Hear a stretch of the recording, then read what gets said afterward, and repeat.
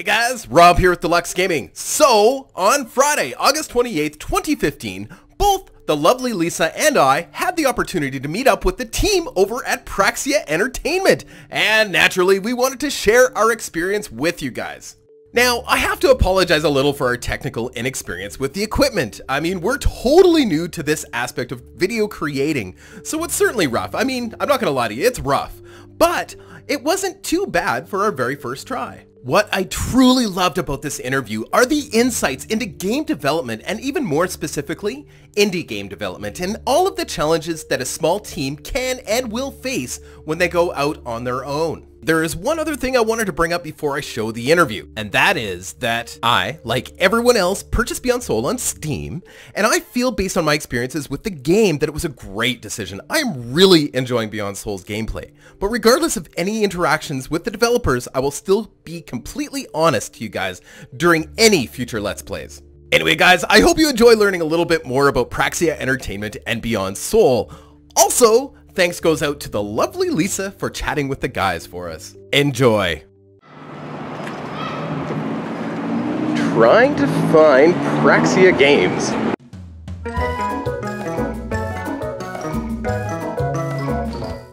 So, see, we expected this big neon Praxia sign, and you know. Very quickly, that you don't want people to know where you are right away.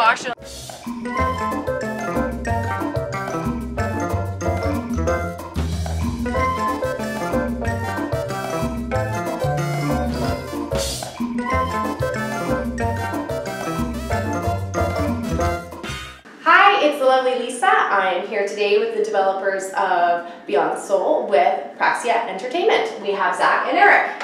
Hey. Hey. Okay. What is Beyond Soul? Let's go for it.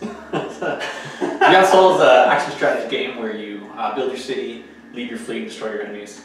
So you fly around and you've got some really nice type, spacefaring like gameplay, space combat, and then you build a city, almost like a kind of a base builder, and then you play sort of like a grand strategy game at the same time, where you have other cities that are going to, fight you for resources and for space, and you're trying to dominate the system and basically, throw down your rivals and be the top city. So, we wanted to mix the combat of action games, which we're a fan of, games like League of Legends, and the grand strategy kind of metagame. Can you give me a little bit of background on Praxia Entertainment?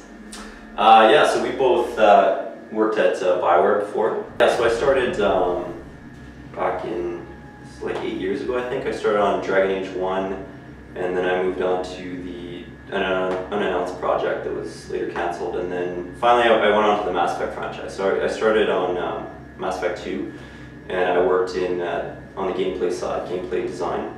So I focus specifically on designing the powers. If you play Mass Effect, there's all these crazy powers that you can use. So I was designing those, doing a lot of coding, a lot of design work, and then on Mass Effect 3 did the same thing and worked a lot on the multiplayer, which is fantastic. That was my favorite time at Bioware. Just working on kind of a live game, because we developed the multiplayer, and then for a year afterwards we released DLC packs, and so that was the most kind of what we're doing now. You have sort of a live service where you're releasing packs. A month later, you release another one, so you have time to get a lot of feedback from the fans. What do they want? Do they want more Batarians, more Volus? If you guys know the races from Mass Effect, so that was a really exciting time. Yeah. For myself, so Eric was an intern there at first, doing his computer science degree, and he had sent me an email saying, "Hey, they're hiring testers," and I thought to myself, "You can test video games for a living? Like, that's a job." That just blew my mind. And I was like, okay, I guess I'll apply to that. It was back in 2007. We had grown up with computers. We had grown up with video games. We used to use map editors to make maps and mods, and Are you both from this area? Are you both from the Edmonton area? Okay, just to stay. Oh yeah, sorry, we're actually cousins too. Yeah. Oh, family, super cool. Okay. So that's how we grew up with this stuff together, working on games when we were kids. Yeah. And so I thought, hey, that sounds really cool, so I'll do that. So I applied. I got a job as a term tester, so that's like an entry-level tester on Dragon Age Origins. And they promoted me to a lead at some point, and then I became. Then I went to. When Dragon Age Orange shipped, I was the project lead for the testing department on that project when it shipped. Then they sent me to Texas to work on the Old Republic, and then I was a test manager there, I was a QA manager. And there, I like to say I managed like 150 testers in 3 continents in 5 countries. Oh wow! Big MMO, so Huge MMO. So like really big project. No, I would never want to work in it. There was never enough room in the building for a QA department because it was never that big. So we right. had to outsource and go abroad. And it was really cool, really fun experience. Yeah. And then I left that and I went to Montreal to be the QA franchise lead for Mass Effect, which they recently announced what it is. But I don't know what other details they've shared, so we can talk about that. No, that's okay. The new Mass Effect. So I did that, and then it was after 2 years of being there that we quit. So we handed in resignations, and we took off and moved all the way back from Montreal to Edmonton, right where I started, so we could start this. Yeah. We thought now's the best time. There's a huge indie movement going right. It seems like a really good time to do it. So we quit last year, and we started last June. So it's been a crazy ride. Yeah, so we've been in business for about a year now. Okay. Beyond Soul's the first game, and we've had a hell of a time making it. It's been very fun. Yeah. Okay, so it's not been like a scary time making it. It's been a lot of fun. That's part of the fun. It's been part of the fun. Okay. Yeah, it has been like just one problem after another. Oh, okay. But as far as the game development goes, it's been pretty smooth, I would say. Yeah. We've used tools like Unity, and we've licensed assets. We've used contractors. So like, the game development itself has gone really well. We've kind of ended up with a game that is like probably completely different than when we started. We started with, I think I had this idea in my head of like a sci-fi strategy. Well, no, there wasn't any strategy. It was a survival game. It was going to be sort of a dwarf fortress in space where you build your city and survive. Right. Okay. And at one point, it wasn't working, and we had to shift towards a strategy. Yeah. And I had ideas of like a space buccaneer, right? So you like something back, like calling back to Escape Velocity, like a classic game like that, where you fly around with a spaceship and you see these cities and you kind of like do the trading and the resources and you upgrade your spaceship, and that was the idea. But then after a while, we started noticing in the marketplace like it was really saturated with these kinds of games already. Right. I mean, everybody does that. And they're really high quality. Really high quality. Elite had come out, and we were like, oh wow, we're going to be competing with these guys, right? Yeah. So we were in the design phase when it was like it started to become all about like Elite Dangerous and Star Citizen. We're like, well, we can't. We can't compete with those projects, so we had to do something different. We thought about doing something we think nobody else has done. Right. I think we've done that.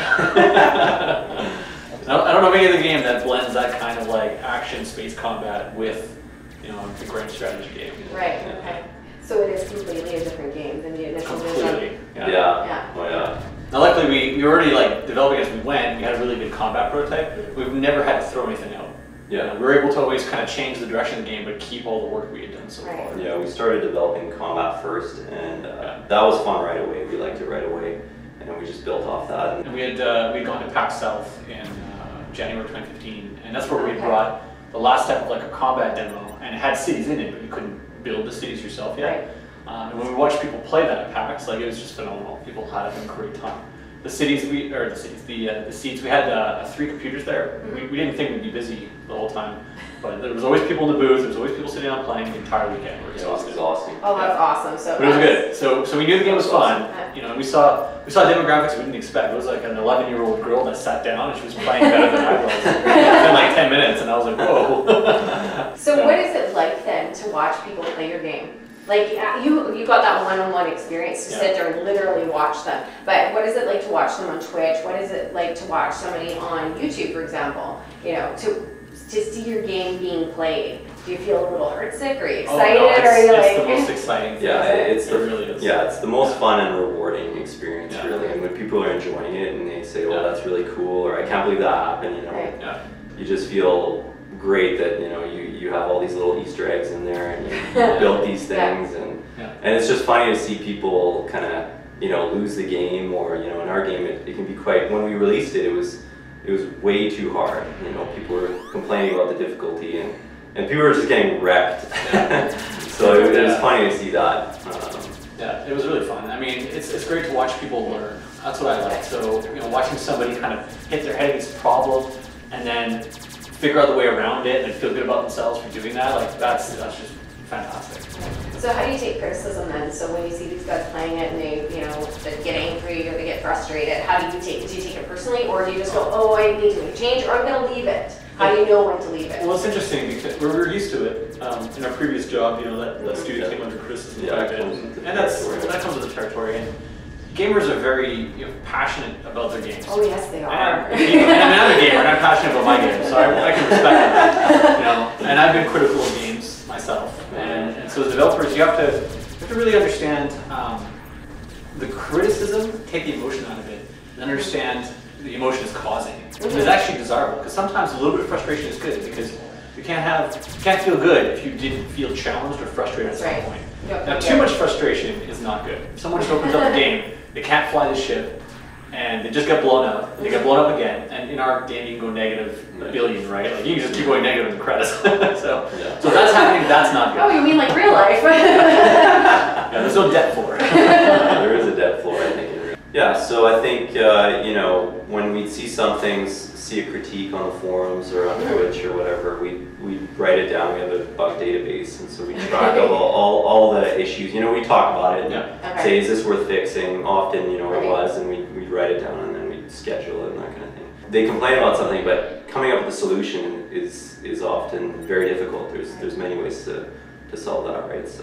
So why did you guys go with early access? Yeah, so early access is interesting because it had become common, but unfortunately it had also become very bad, very polluted. There's a lot of junk, there's a lot of dead projects in there. Kind of wish we had started like 2 years earlier when it was new. And, you know, but what's been fantastic about early access, and why I'm very glad we did it, is that we've gotten tremendous feedback about the game before it was finished. I mean, when we launched early access, we had a roadmap of like all the features we were going to work on to get to finish. And after just 2 days of like listening to people, watching them play, watching them stream the videos, we threw the roadmap out. Right. It's amazing how much we've changed direction. Exactly. So then we knew exactly what we actually had to do to get the game to where it needed to be. Yeah, it's been amazing. Right? Just a great experience. Great for the developers. Hopefully great for the fans. Mostly positive reviews at this point. So we're mostly positive. We're like 90% positive user reviews. We're very happy about that. And you know, the Warmonger update and the diplomacy update sets, because we kind of announce a path of updates and then we execute them through several weeks, rather than just telling you a month from now something interesting is going to happen.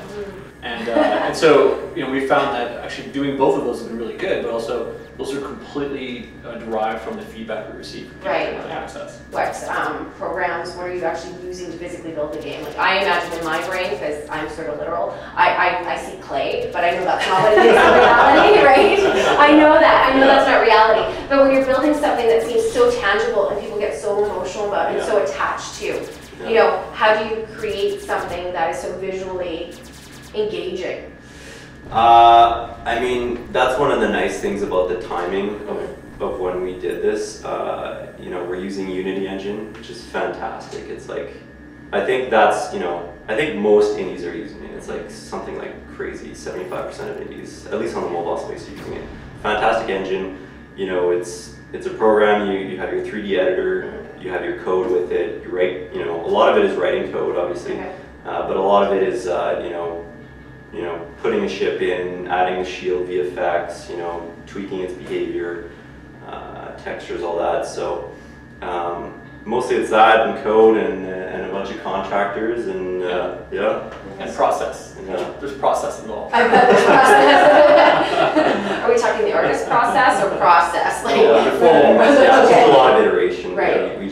We put something in the game, we test it, is it fun? And usually it takes like, you know, a month for it to kind of solidify, get bug fixes, balance tweaks, and then it gets to a solid state. That's another thing that early access has been great for, is that we can continue that process. And so when we put a new feature out or something brand new out, it's mostly there, but we know that there's going to be some balance issues. And then by watching people and by listening to their feedback in forums, we know what levers to pull to get it to the right place. Right, so you're listening to that feedback and you can adjust. That's awesome. Especially as a small team, it's invaluable having all those testers, people giving you feedback. Right, so is it primarily just the two of you then? Or do you have anybody else here in the office?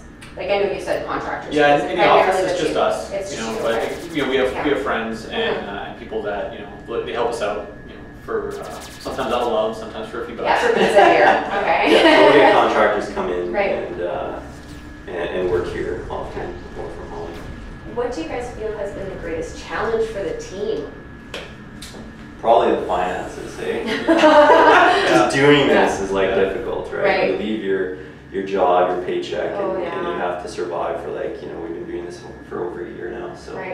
So just finding the funding and making sure that you can pay the bills. That's probably the hardest part. That's one of the hardest challenge. We have years of experience in the field, like doing the job, and in fact, you know, I find that part easier because being a small team, we're leaner, we can react more quickly, we don't have to worry about managing a lot of people.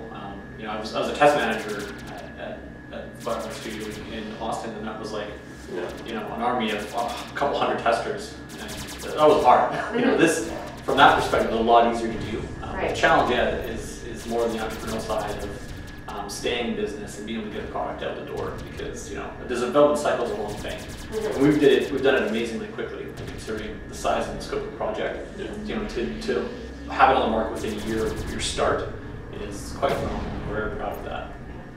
Yeah, it's amazing how much, you know, we worked at Bioware and like AAA games, and you have just no idea how much projects cost. You know, there's hundreds of people, you're working with hundreds of people, and then you go off and you do it with like 2 people, and it's like, it's crazy how expensive it is just with 2 people, so. No, I was the other way. I had budget access, so for me it was a very different point of view, because it's like 100 times less budget than I'm used to. Right. Okay. Right. So I mean, as a designer, I was like, oh yeah, we need some art. We'll grab one of those 50 artists to just whip us up something. But us now, it's like, okay, well, we got to find the dollars to hire the contractor. For me, often it's like, oh, I need a report, and I'm used to like finding a guy and saying I need a report, and then I'm like, wait a minute, I have to make the report. So what has been the biggest expense so far? Oh, like in any development organization, is salary. It's just pay. Okay, so making sure you guys get to eat. Yeah. We have families, we feed our children. It's important. It is important. I agree that. And they eat a lot. I know. Yeah, by far, like I don't know what percentage, but like it's like 80% of our costs of it is to be able to do that. And how has your family been? Supportive? Very supportive. Really supportive. Thankfully, my wife is great for that. Yeah, mine too. Very patient. So, what does it take to become a game developer? I mean, like for yourselves, what does it take to, you know, you're a kid playing games and all of a sudden you're building games? Yeah, I often hear that question is like, how do you get into the industry? How do you build games? How do you learn how to make a game? And really, the answer is make games. You know, there's nothing stopping you. There's free tools on the internet. You can do. Anyone can make a game these days. So just start making it, because if you ever apply at a real, you know, AAA studio or whatever studio, they're gonna ask, well, have you worked on games? Have you done your own projects? Can I see them? Right. And even if they're little prototypes, like when I applied at Bioware, they asked about that. Oh, I've made these board games, I've worked on these little projects, you know, I even sent them some and they checked it out. So that's one aspect. I mean, the game industry's gotten a lot more mature the past few years, so there's a lot of actual university degrees you can get for like game design, or I took a programming degree, which is, you know, a great way to get into the industry. And then, you know, Zach, there's the whole testing route or the art route, which I don't know that well, actually. I don't know that art too well. That's like a sort of a fuzzy area. But yeah, it's a combination of like passion for games, but you have to actually use, you know, learn tools, learn map editors, learn to code. So what was the first game you ever made, Eric? First game? I think, I don't know if you remember, but it was, I remade that stock ticker. Well, I remember it. I think we both worked. I have a memory of us working in my basement on a text-based stock ticker. You did text-based one, and then what I did is I made a Windows form version, because I wanted to use drop-downs and buttons. So it was stock ticker, I guess. So I think that was the first game. Before that, we'd done a lot of board games. We played a lot of board games, so we'd make our own kind of either versions of a board game or tweak the rules, or like full-out new board games. And we're the kinds of like, we started playing Axis and Allies when we were like 11, you know, so that's, you know, that's kind of where we started. There's been a lot of updates since you guys have released the game into early access. What do you have planned, so for the near future for Beyond Soul? Yeah, we've kind of mapped out the remaining big features. We're going to be writing a blog post next week actually to kind of list out everything we have left for early access. So like one thing I've been working on all week is victory conditions. So you're going to be able to actually win the game or lose the game, and that's going to go out next week. So the AI cities can win the game, you can win the game. So I think that'll, it's always felt like the games, when we first designed it, it was kind of an open-ended sandbox game. And now that we've had a lot of feedback, it feels like, we need an end to the game. Because the game kind of gets really stale at the end when you've been playing for like 20 or 30 hours, the empires get big, and there's not much else to do. So we kind of want to bookend it with a nice, achievement. You lose. And it's not that it like gets stale, it's that it's reaching that culminating point of like, now there's only a few big dogs left and one person's going to take it. And then after that it's just kind of like, okay, well now it's the downfall of the others slowly over time. So let's just let the one person, the one city win and then call it done. And if you want to keep playing after, you can. We've put that option in. And I think we've come up with a cool version of it. We have 3 different victory conditions. They force you to play 3 different ways. And so, something else we've done that's really cool is up until this point, and so this isn't the game yet, but every city kind of just had the same sort of like artificial intelligence personality, right? So they all played the same way. And so some would play better than others, like you'd notice, but they kind of had the same tactics. Something we've done with this is we've created 3 distinct personalities now, and these personalities actually play the game quite a bit differently from each other. And so now it's going to really, line up so things for up. example, we have like the military personality, and they really focus on the fleets and attacking their neighbors. And then we have the builder who kind of turtles and does the economic. How do you do that? How do you build the personality? Even the war behavior, this is my favorite part, is where like the military person, if they're at war with you, they're not going to let you sue for peace early. They're going to want to inflict damage, right? Because that's their point. But the builder, on the other hand, he doesn't want to fight you in the first place. So if he gets stuck in that war with you, you can negotiate a peace with him a lot sooner than the war. Right. So how do you build a personality? Like it's just the way you set it up. We have a bunch of parameters, like at what value does someone surrender? At what value do they accept? The end of a war, and so we have different personalities, and they have different values. And then there's a lot of code that goes into making them behave certain ways. So. And then how do you guys establish that? Like, do you guys sit down and hash out how that's gonna? Well, that's a very technical part of what we do it for. But really, like you think of an archetype, of a behavioral archetype, like a person. So I'm a very aggressive player, like when I play games, right? So you can kind of say the war guy is kind of based on that level of like aggression. When I go to war, I wouldn't accept an easy out. If I'm going to inflict as much damage as I can, right? So you can kind of look at how does that kind of player play the game, and try to model the behavior of the AI to sort of mimic that. And it's going to require obviously a lot of testing, because this is kind of the thing where you have to play a game and see after a few hours, is that AI convincing? Is he a military? Is he successful? So that's what early access is great for, right? We're going to release this. We've tested it internally, but having lots of people play testing it is way more useful. So I know you guys at some point, like you said, you've got to create an end, right? So are there any features that you wanted to include that you just don't have enough time, or just aren't going to work, or is it like? There's no such thing as a game in which the devs get everything done that they want. I don't think it exists. And you just get used to that. So just from my time in the industry, I've realized like no developer ever ships a game they're happy with. Never. They always ship a game they're happy with it. I can't believe we didn't fix that. You always ship with tons of bugs. And it's crazy sometimes. You're like, how could we not fix this? And it's like you put it out there, and most people don't notice, or people love the game. So so there's tons of stuff we want to put in. We're keeping that in our back pocket for potential future projects. Okay, that was my next question. And then we're planning some post-release feature content updates and that kind of thing. So we have a lot planned still. That's awesome. Okay, so multiplayer was available right out of the box. That must have been important to you. Why? We grew up gaming together. Not just two of us, but we each have like brothers. And so that whole like clan games. So if a game didn't have multiplayer, we didn't really play it. And so who would we be if we made non-multiplayer games? It was not an option for us. We just I basically only play multiplayer games, right? I just find them more fun. I find the challenge of, you know, additional real human players just way more fun. So yeah, it was not an option for us.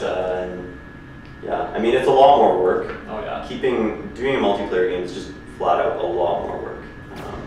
But you know, if you start early, then you know it's manageable. If you keep it going the whole time throughout development. Yeah, those teams that like tack it on at the end, I have no idea how to do that. Yeah. That boggles my mind. If you don't start with it right from the very beginning, Right. that has to be crazy. Because I mean, it's found architectural changes that you have to make to your engine. So Exactly, and often we come up with a design idea, and it's like, well, how's that going to work in multiplayer? It's not going to work so well. Well, we can't do it. Yeah.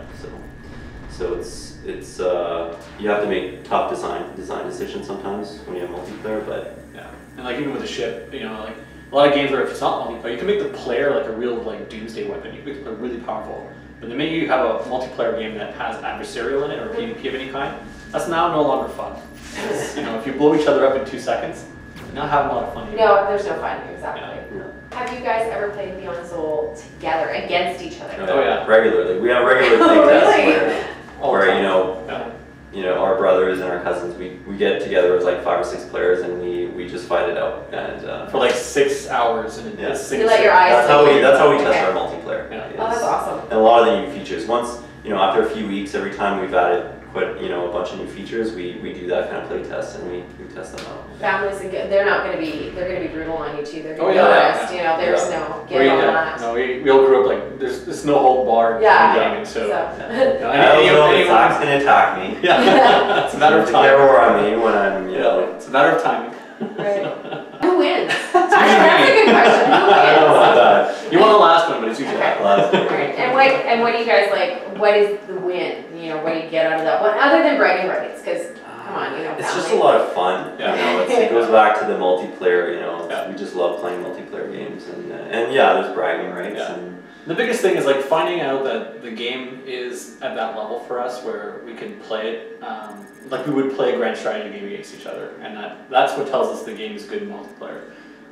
And so, I mean, if you play game multiplayer, there's only really one move you can make. It's not very exciting. But No. for us, for example, we've left a lot of strategic, or a lot of room for a lot of strategic thinking and action. And so, never mind just the tactical battles and like how do you win the fleet battle when you've got like a player leading a fleet against a player leading a fleet, but like how do you win the war campaign against that player as well? yeah, and it's a great way to balance the game too, because you know, if you're just playing by yourself, testing the game, you won't use potentially the exploits, because you don't have to, right? It's not as challenging. But when you're playing against real opponents and you're playing for bragging rights, you're going to use every little trick. Yeah. And Every so, dirty trick. Yeah, every dirty trick. So then, you know, if someone uses it and it's way too powerful, okay, we got to tone that down. That's you know, too Have your powerful. wives played?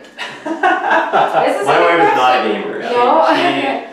She plays Mario and that's it. Oh, So, yeah, no. oh. And But she's you know, she's looked at the game. And, Okay, she's actually like, okay, Yeah. and pat you on the back. Yeah, Here, I love exactly. you. She doesn't know what's going on. And she doesn't really understand the features. She has no idea what She grand smiles. strategy is. That's good. But, yeah.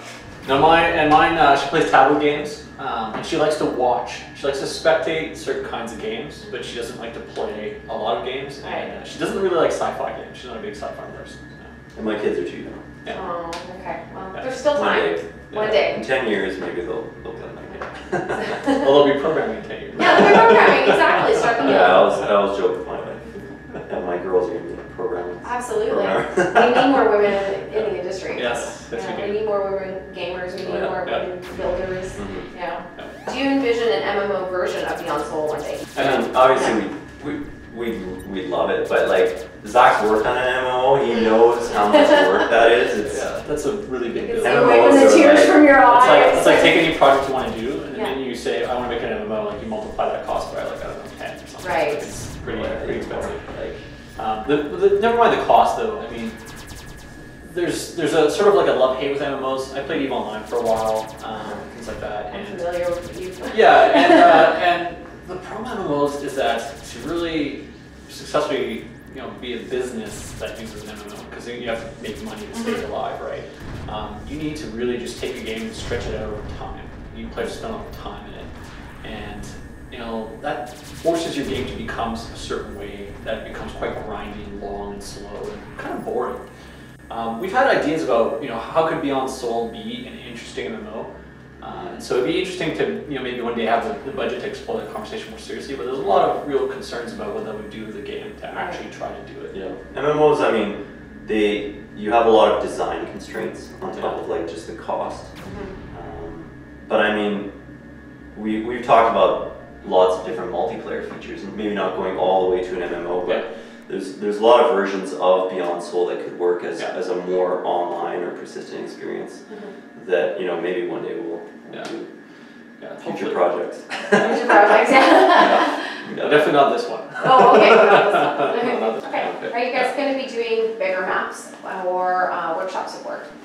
Yeah, so bigger maps, that's interesting. So workshop support we probably won't do for this one. That requires quite a bit more sort of like under the hood work that we have to do, and it would be better if we just did that on a future title, right? It would be way too disruptive to try to do for this one. But bigger maps and whatnot is something we have talked about that we might do in, say, post-release. We just have to do some testing to make sure the game will still like perform well. Right? Because right now, like I've kind of flown around with the max ship limit, fighting against other people with the max ship limit. And we're in an asteroid belt. It's a little bit chuggy at that point, so we don't want to triple the map size and all of a sudden it's unplayable. So we have to do some testing to see just how far we can push that. Yeah. Again, it's one of those features where there's been a lot of people requesting that. It's something we didn't. Strangely enough, we didn't think about it. I always thought it was huge. Like it takes like 2 minutes to fly across, right? So who wants to fly for 4 minutes? Like I'm surprised. Some people want it. But definitely, now that we've seen that feedback and we've thought about it, we're like, that would be awesome. We've talked about different map sizes, different types of sectors, new events, and maps. Really like a binary star. You're like 2 stars. You can't pass through. Maybe right down the middle, but like you have to be careful. And, so we're not short on ideas. No. Short on time. Lots of Short on time, right? So that brings me to the next question. When do you hope to finally or fully release the finished game? Like, are you getting tired? Yeah, we are. But it's September 29th is the date that we will depart early access. Is it going to be hard to let go? Well, we won't be letting go. Once you leave early access, you get a whole whack of new fans, right? Buying it. So it's going to be a whole new round of like feedback with even more people, hopefully. So no, for sure. No, hopefully, for sure. And then we have post-release stuff planned, and then as an indie studio, you can't stop, right? You'll run out of money. So we have a lot of stuff planned. We'll probably roll right into the next project. We have some ideas there. So we'll probably take like a weekend on vacation. Okay, that's good. I was going to say, are you allowed like a couple days or something? I took a week vacation this year. Was it a real vacation, like, or were you still kind of working? Yeah, no, I went away. Okay. My wife made you. Okay. I did it for like 4 days. Good for you. So as long as I can take a little break, play some games. Play some games. So it's been a real challenge for us to get press, get attention, because a lot of people just avoid early access now. Avoid writing about it. You get a few articles here and there for early access games. So. We have like an order of magnitude more people wishlisting us on Steam than buying game buying early access. And we have people poking in the forums going, "Wow, can't believe you guys are done," because I don't do early access. But don't blame me, because I've done a lot of early access myself, and honestly, like I don't blame them. And we know it doesn't appeal to everyone. Like I'm the type of gamer I just don't buy early access. I'm like, no, I'll wait till the final game. I don't want to play a beta. But that's just me. I mean, we know it appeals to a certain niche audience. The passionate, enthusiastic gamers who's willing to give us their opinion, and that's totally what we want to do. So, and that's exactly that's who Deluks is, right? That's who Rob is. He's the passionate gamer. You can tell when he plays the game. That just really comes and pours right out. Yeah, when I met him, I knew, but I didn't know. I had no idea what psychosis would follow. And it's been, games is a part of life and at home, and now it gets to be part of all the other parts of our lives too. So it's really neat to be able to get to meet some developers, and especially in the city we live in. There's not many. No, like I had no idea. There's only like 3 studios that I even know of. Counting us. Do you foresee any possibility of future DLC or any sequels, or? Well, so DLC specifically, we have some mixed feelings on DLC. We've experienced like good DLC and bad DLC. Part of the challenge is things like, okay, well, we want to make sure that everyone who plays multiplayer can play together. So what happens when someone has some of it? What happens when someone has a different set of it? Yeah. So it's just too messy. We don't want to do that. So we're not going to do any DLC for Beyond Soul. But we do have something else kind of in the pipe that might solve that desire without having to commit to anything specific. Apparently it's a big secret. It's a big secret. We're not, keep that under wraps. That's okay. Keep your secret. You're allowed to have your secrets. Yeah. We do have a solution for making sure that there can be more game in the future without it having to be fractured. Right. But yeah, we do have a plan for like, you know, all these cool ideas we have. But that's not. After you have a vacation. Yeah. All right. And feed your children. Okay. Yes, that's right. So what do you guys think you're going to be working on after Beyond Soul? So are you thinking you're going to start right into another game? You're going to take a break? And we're really passionate about what we have right now. You know, like the experience of Beyond Soul. And so, you know, provided the market, you know, embraces it, you know, which means provided enough people buy it and like it. Right. Like that's really what it means. If it makes enough money, we'll make more. Right. And that's what we want to do. Yeah. Because we think it's fantastic. You know, we think it's very unique, and we have a lot of fun playing it. We have a lot of fun making it. You know, I've already got like, I don't know what my Steam account says, like 400 or 500 hours just playing it since we've been on early access myself, right? So I really enjoy it. Yeah, when you start out, that's a really good sign. Loving the game that you're building. Yeah. It's like if it's not your favorite game, then you know you're doing something wrong. Yeah, exactly.